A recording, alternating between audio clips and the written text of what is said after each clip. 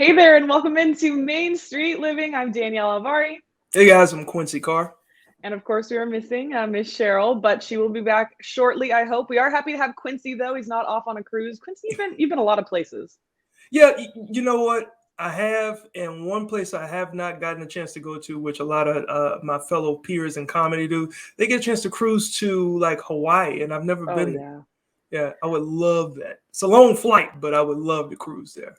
Well, you are in luck because May is Asian American Pacific Islander month, so we can cruise around to look at a lot of different cultures in today's show. Oh, that's right. And for a lot of people, you get a chance to have your closest experience with Asia and maybe eat some delicious food. So we got a full show for you today. Absolutely. But we're kicking things off. We're going to meet a Vietnamese artist who is making a difference right here on Main Street Living.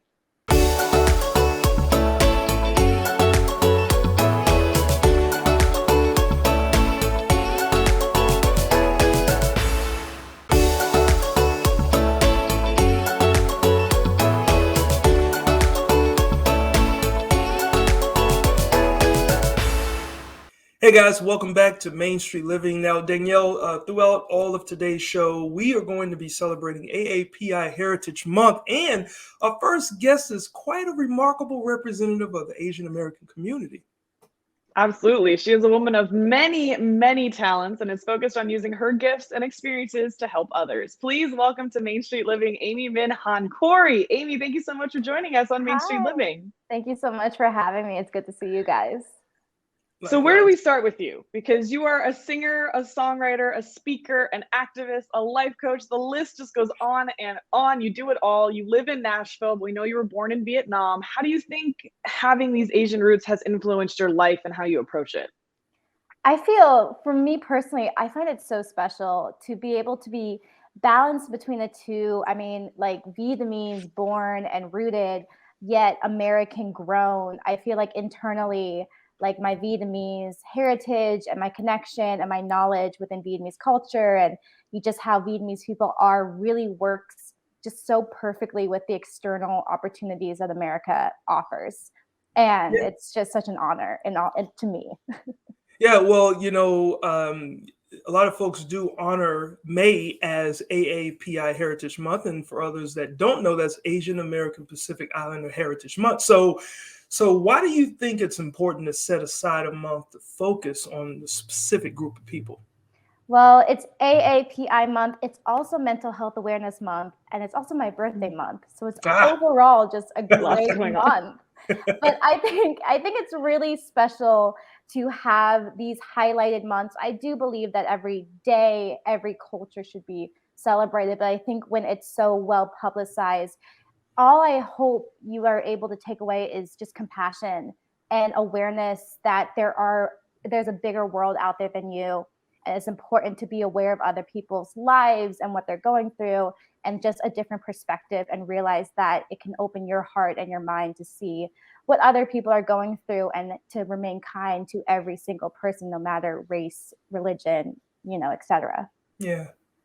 Yeah, well, I'm glad you brought up compassion because we've all heard about the rise in anti-Asian hate crimes over the last couple of years. How has that terrible trend impacted you personally? It's hard to hear and it's hard to see. I am very lucky that my experiences with racism, as awful as they may hear and be heard, it is not as dangerous as others. And I find myself very lucky for that. And it's just awful to hear.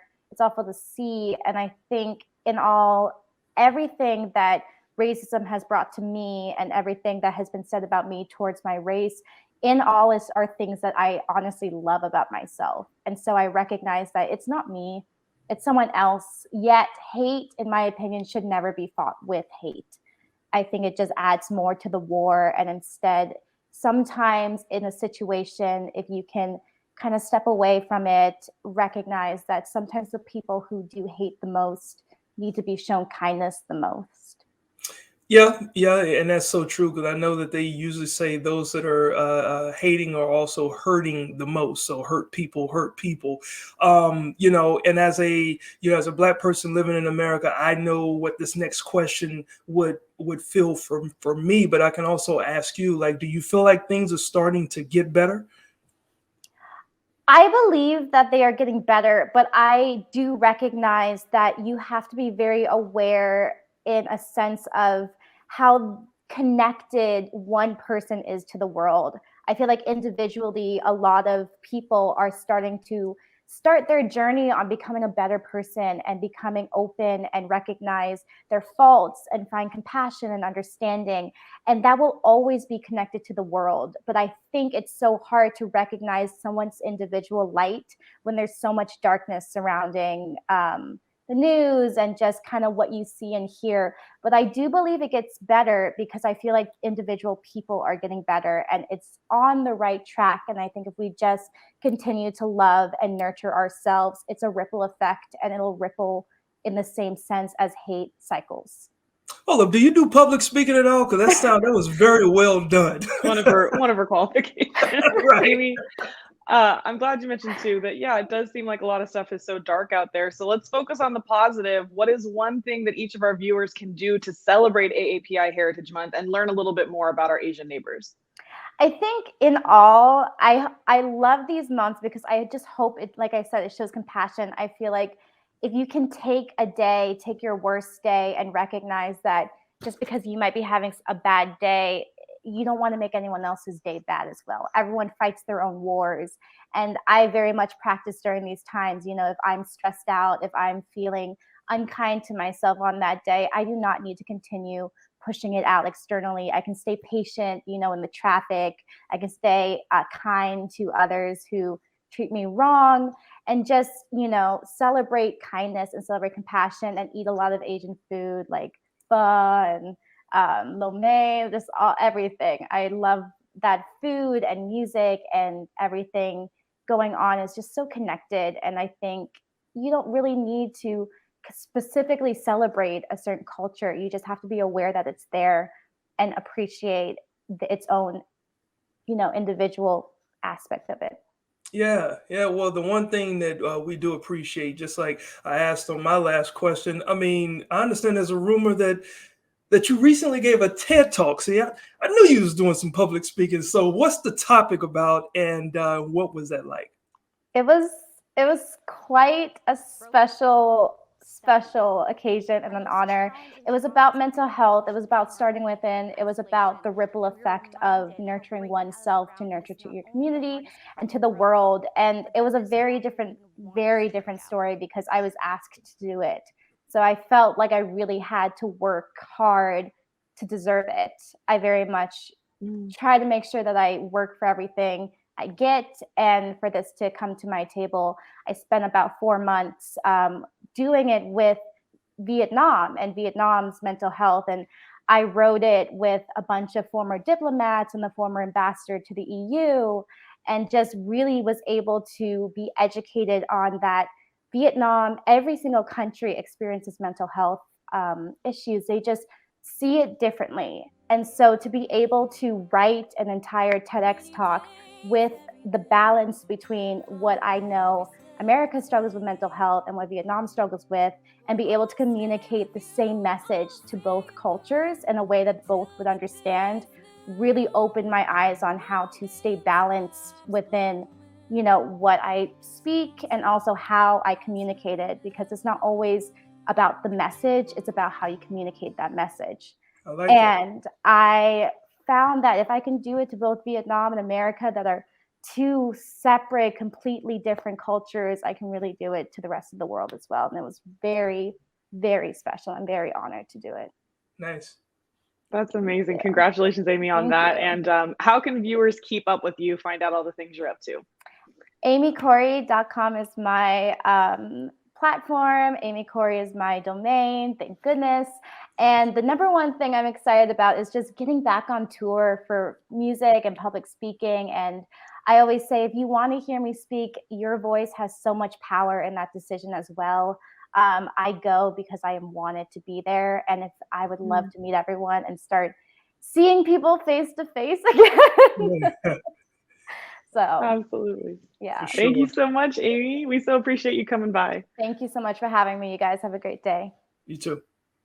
Wow. Well, I love it. We're keeping up with the AAPI community today.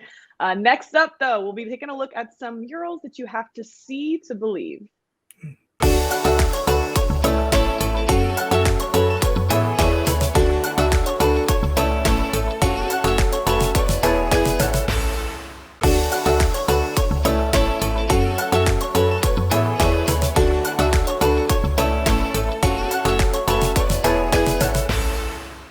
Welcome back into Main Street Living, Quincy. One important reason that we celebrate History Months is that it provides visibility. It gives us a chance to focus on people and traditions that are part of our communities, but may not often be in the spotlight.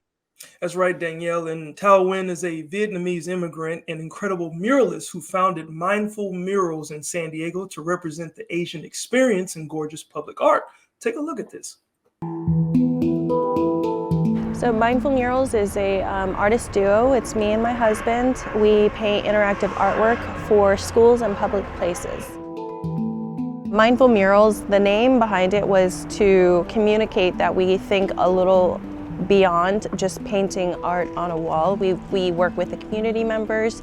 We develop artwork that could really transform spaces and transform lives and ultimately be functional.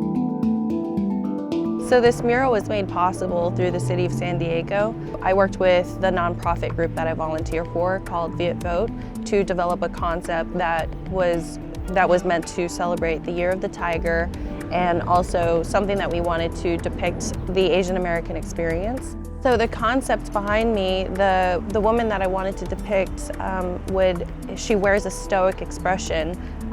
You know, the Asian American experience for a lot of women that I know.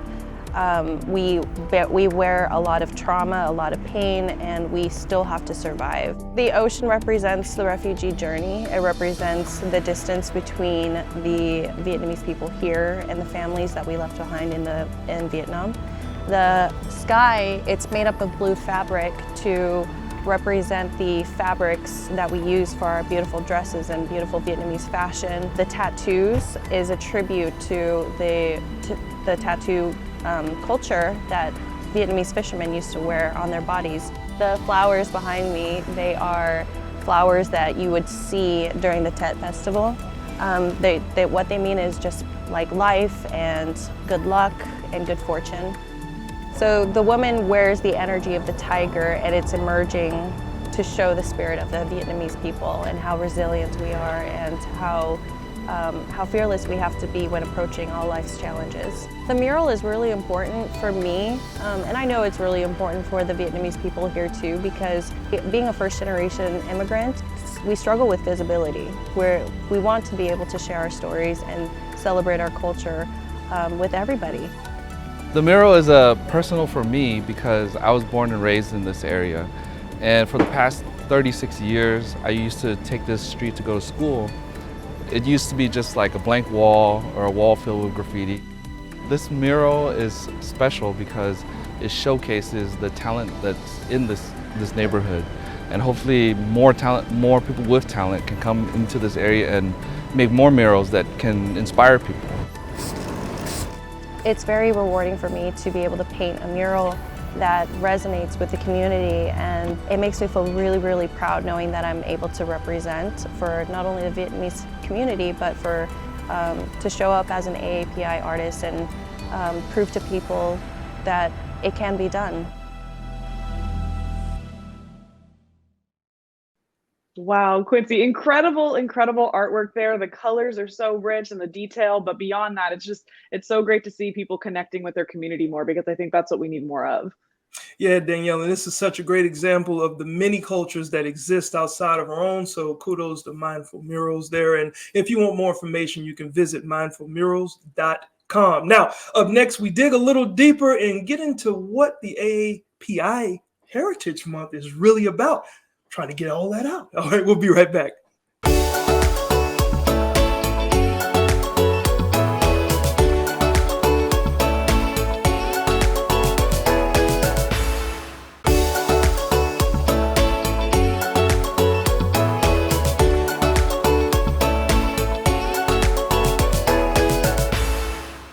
Hey guys, welcome back to Main Street Living. Danielle, over the past few years, we've actually heard and seen stories from around the country of hate crimes and attacks on Asian Americans.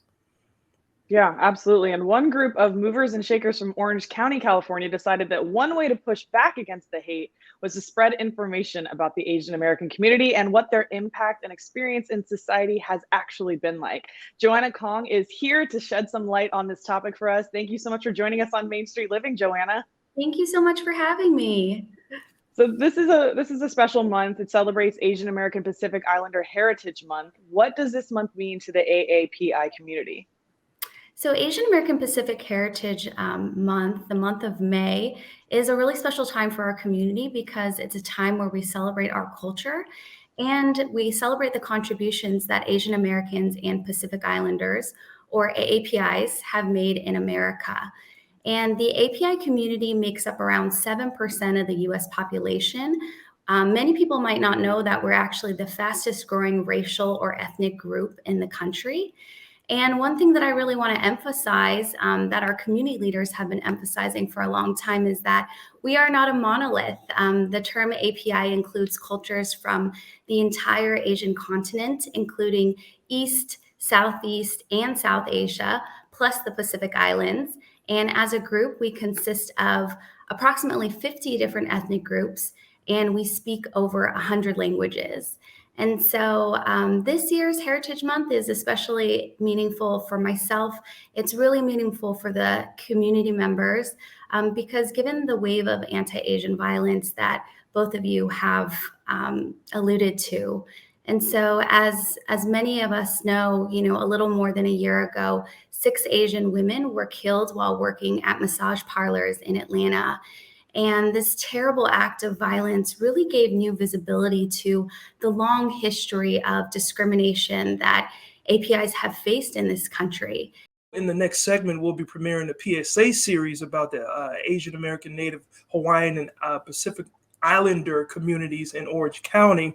And as one of the organizers of that video, Joanna, can you tell us about who was involved in making the video series and how the video series came about?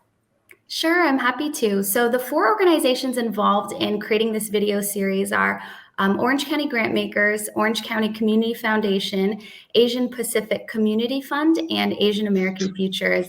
And all 4 of these organizations are philanthropic organizations committed to equity and advancement and prosperity of all peoples. And as 4 organizations based in and working in Orange County, California, we created these PSA videos with the help of Cox Communications, following a series of online workshops about the API community in Orange County. Well, now, you've definitely piqued our interest, of course. So can you kind of describe what each of the videos in the series, what viewers will see? Sure. So the 4 videos each explain different topics. And so the first episode will talk about the history of Asian American, Native Hawaiian, and Pacific Islanders in Orange County. The second video is about civic engagement. So this video is about how the Asian violence in our community has really catalyzed APIs to become more civically engaged. The third video is about our API Task Force, which is a collective of API organizations that came together to serve during the COVID-19 pandemic. And episode 4 is hearing from the next generation of API leaders in Orange County, sharing their thoughts and perspectives on the opportunities for the future of the API community. Wow. Well, you mentioned the number 4, and earlier you touched on the 4 organizations that are helping out with the project. Can you describe the role in helping the Asian American Pacific Islander community? Sure. I think philanthropy has a huge role to play in helping the API community, especially in uplifting our needs, filling in the gaps, and resourcing our community nonprofits that are doing really great work. In a recent report by Asian American Pacific Islanders in Philanthropy, we learned that less than 0.2% of philanthropic dollars goes to the API community. And I'll also note that very few philanthropic dollars go to the Black, Latino, and Native American communities as well. So it's really no wonder that organizations serving our community and other ethnic communities are all fighting for the same limited pool of funding, which really creates competition and scarcity. And so, what can funders do to help? Well, one, they can first educate themselves about the diverse culture and needs of our community. And two, really examine the model minority myth, this idea that Asian Americans are all rich and all successful. This has done a very big disservice in erasing our needs. We are actually the most economically divided racial or ethnic group in the country. We have both with high-level earners, low-level earners, high educational attainment, and also low educational attainment. Gotcha. Well, Joanna, this is obviously deeply personal for you. And as these videos launch on Main Street Living in Cox, what are you hoping that people learn about the AAPI community? Sure. My hope is really for us to be seen and heard, to really be recognized for our contributions and to be respected equally as Americans. I think invisibility has been a huge issue for our community. There's both structural powers that have long omitted APIs from societal representation. We see it in Hollywood, we see it in government structures where our data is not collected, and we see it in the erasure of our stories. So we're really calling for a more equitable society for all, including APIs and other ethnic minorities. And we really need the support of all Americans to stand hand in hand with us in the fight for justice for all. That's right. Well, when it comes to support, we have viewers that would definitely need to find more information. About how to watch all of these videos. So how can the viewers do that really quick? Sure. Please go watch our videos. You can go to www.ocgrantmakers.org. We'll say less because we're absolutely going to see some of these videos coming up. A look back at AAPI history. Thank you so much to Joanna for joining us. Thank you so much for having me. All right, Quincy, we got to take a look at these videos. Some more AAPI history coming up next.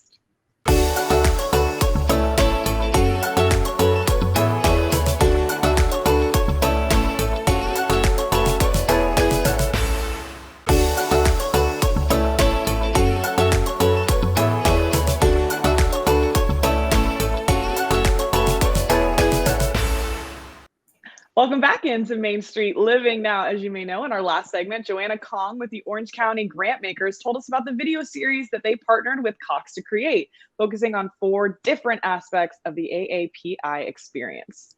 That's right, Danielle. So let's kick off the series looking back at the history of the AAPI community in Orange County, California.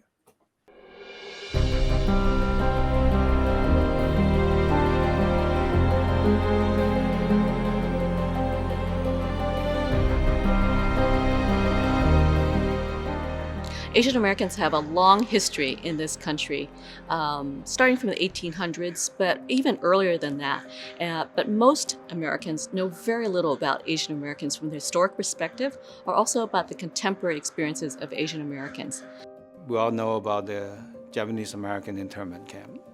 And Orange County, again, agricultural town, agricultural county, we have a lot of Japanese American who were recruited and brought in hope to replace the Chinese immigrant to do agricultural work. So they're drawn to Orange County. And when they were placed in an internment camp, many of them lost their home, lost their businesses, they lost their foundation. So that is the impact of Asian American trying to establish their foundation to be part of this fabric, to be part of this community. And over again, they were reminded that oftentimes they're being seen as an outsider. Unfortunately, Asian Americans are still perceived as perpetual foreigners. Even though there are Asian Americans that have been here 6, 5, 4, 3rd generation, we're still perceived as just coming here more recently. Although Asian Americans have a history of being here in the 1700s and 1800s. Asian Americans are about 21% of the population in Orange County, so they're definitely transforming the county demographically. But Asian Americans live in various parts of the county. They're not just concentrated in the ethnic neighborhoods, and we work in all kinds of professions, and we're your neighbors. At the very beginning of 2020, we're beginning to see trends of anti-Asian hate. And typically we receive about 4 to 5 cases of hate incident targeting Asian or AAPI community. Well, if you look back in the last 10 years, every year we get 4 to 5 cases. That's a small number. Beginning of 2020, we're beginning to get cases that come in 4 or 5 a month. And that sent an alarm to us, and we were beginning to see, hey, this might be a correlation of what's going on with the sentiment of anti-Asian in correlation to COVID-19. Many Asian Americans felt that, that they could live their ordinary lives and be good Americans, but the pandemic really was a wake-up call for Asian Americans.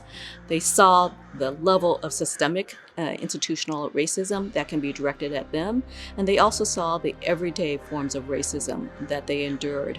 And it just made the anti-Asian violence that actually was in existence even before the pandemic, it made it very, very visible.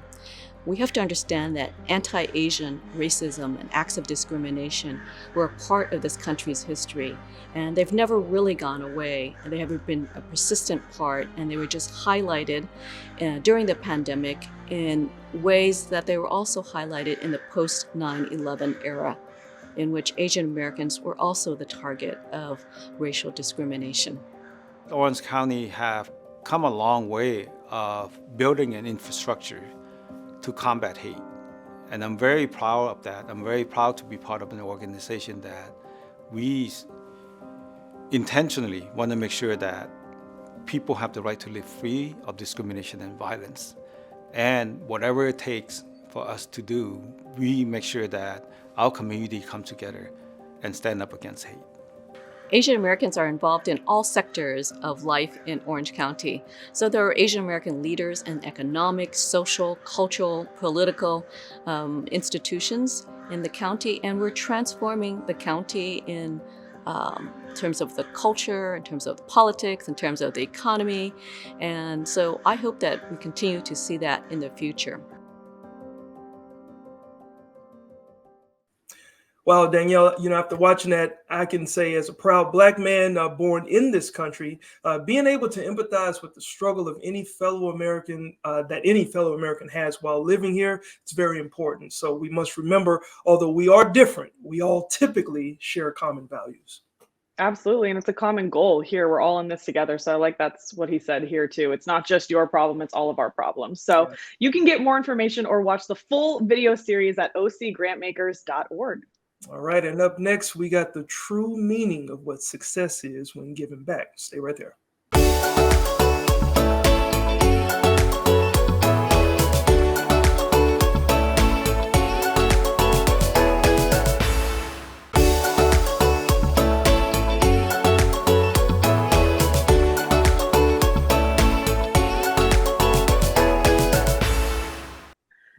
Welcome back into Main Street Living. Now, there are a lot of ways to define success, but beyond fame and fortune, many people believe that success doesn't really truly begin until you start to give back to the world and make a difference in the lives of others. That is so right. And our next guest defines this full spectrum of success. Please welcome Rehan Reza to Main Street Living. How are you doing there, Rehan?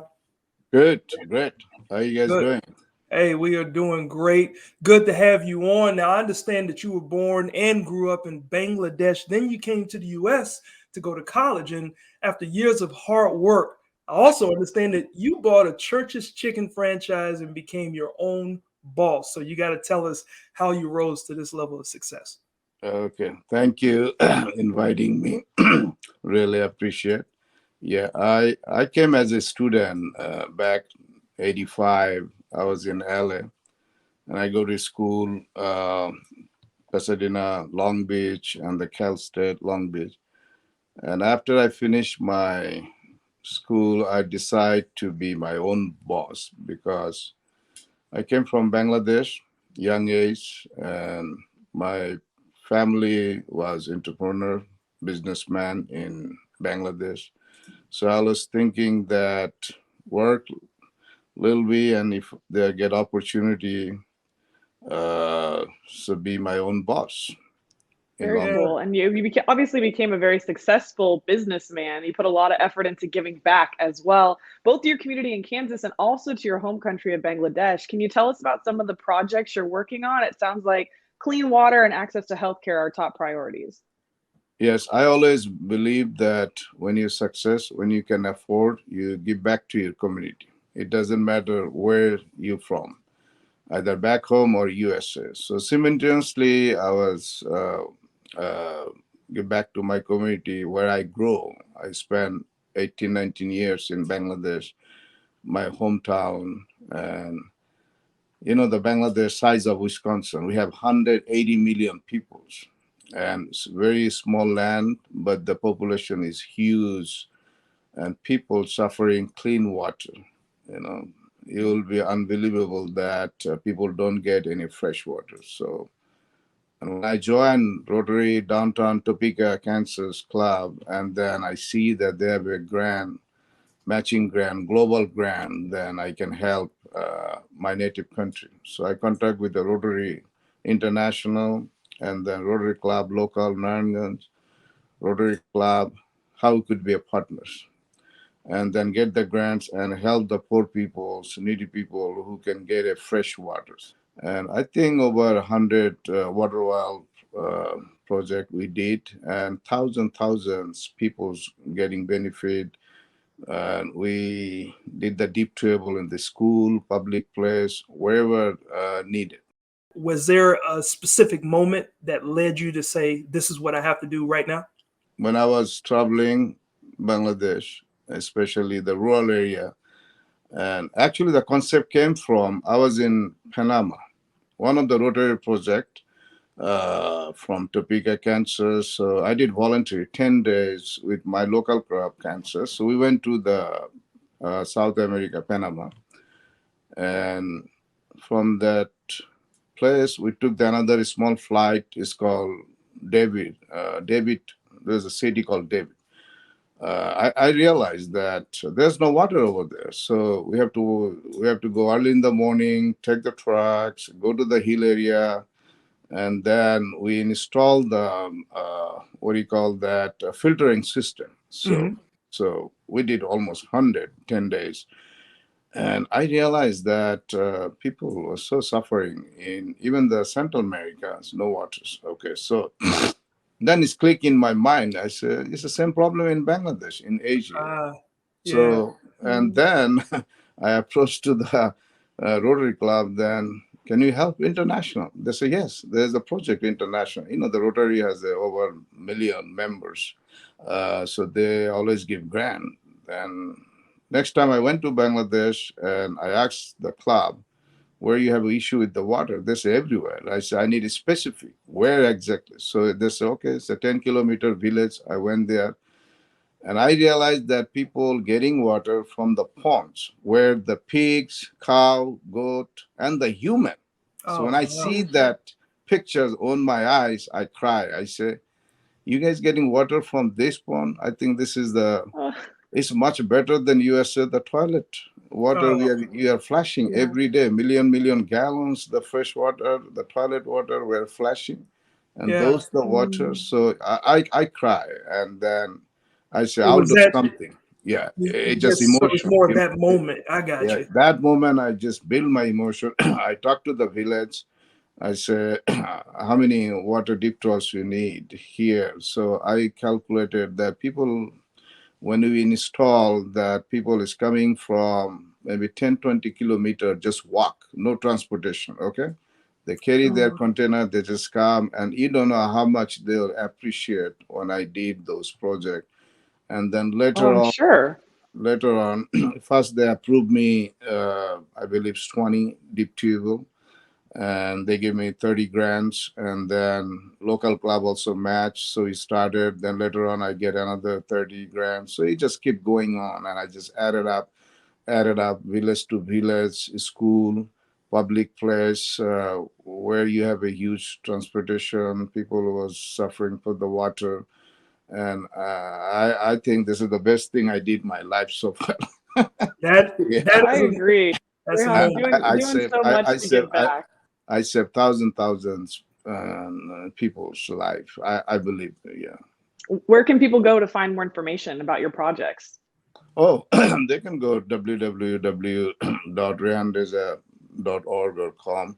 And I have some my work which I did for even the USA and Bangladesh also. Even that they go to my back home, Narayanganj, and if they contact with the Rotary Club, and they'll find out details. Yeah. All right. Well, thank you so much, Rayon, for stopping by. And your inspiration, I'm sure, is going to inspire other people to just open their eyes and see where there's a need and fulfill that need. So thank you so much. Thank you for having me. I appreciate it. No problem. Well, Danielle, I can tell you as an entrepreneur myself, I know what it means to stay focused on your path to success. But up next, we're going to turn our focus to a rare sighting at the zoo. So you don't want to miss that. Stay right there.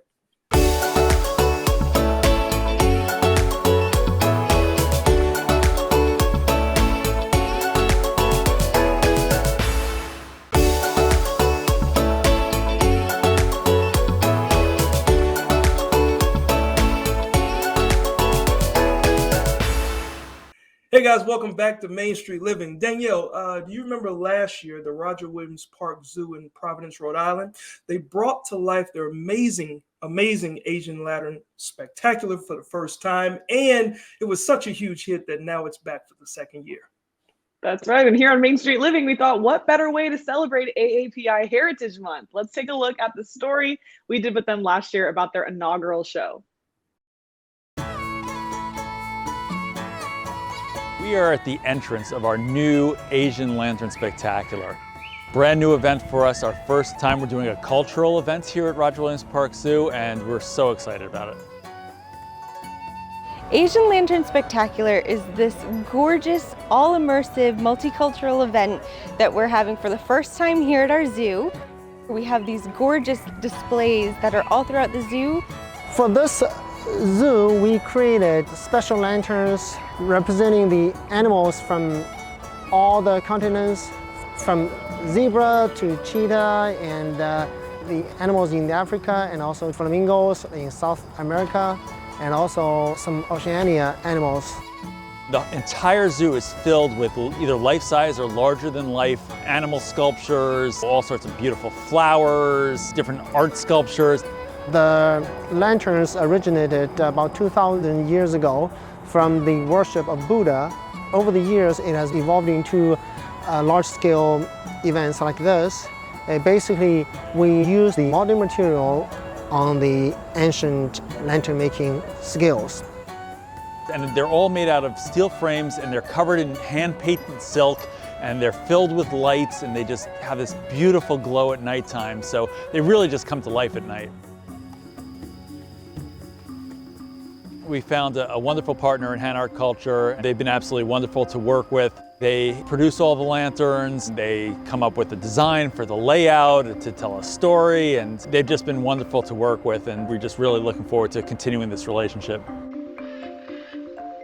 It took about 18,000 man-hours to create all the exhibits. It's just gorgeous to see from start to finish the work that they're doing here, and it's just been really beautiful to watch. This is really the first event where we're actually opening up as a walkthrough. I think it's a great opportunity for families to come out and breathe some fresh air in the outside environment and enjoy a tour in the world of illumination. All the proceeds benefit all of our mission as far as education, animal care, and conservation. We really expect this as a cultural event to really just grow year after year. I'm so happy that so many Americans appreciate the foreign culture, and we're so glad to share our heritage with Americans, just like how Americans share culture with the world. This event just allows you to step outside of everything else that's going on in your lives and really experience something that's truly magical. Danielle, I can only imagine how breathtaking this is in person, because the show features more than 50 life-size lanterns, and it will be on display at the Roger Williams Park Zoo through the 4th of July. That's right. And there's also an interactive lantern area just for kids. There's savory Asian-inspired food and drinks, and that's where we would find Cheryl, and beautiful handcrafted keepsakes. So you can find all the details at rwpzoo.org. Coming up, we have more Main Street Living. You don't want to miss it.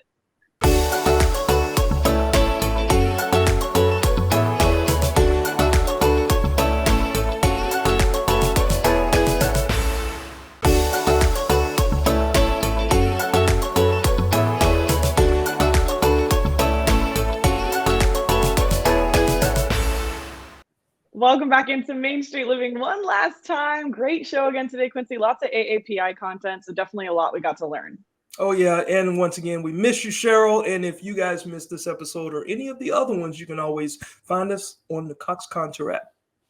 That's right. And I hate having to say it. I wish Cheryl was here to say it, but we have new episodes on Mondays at 9 p.m.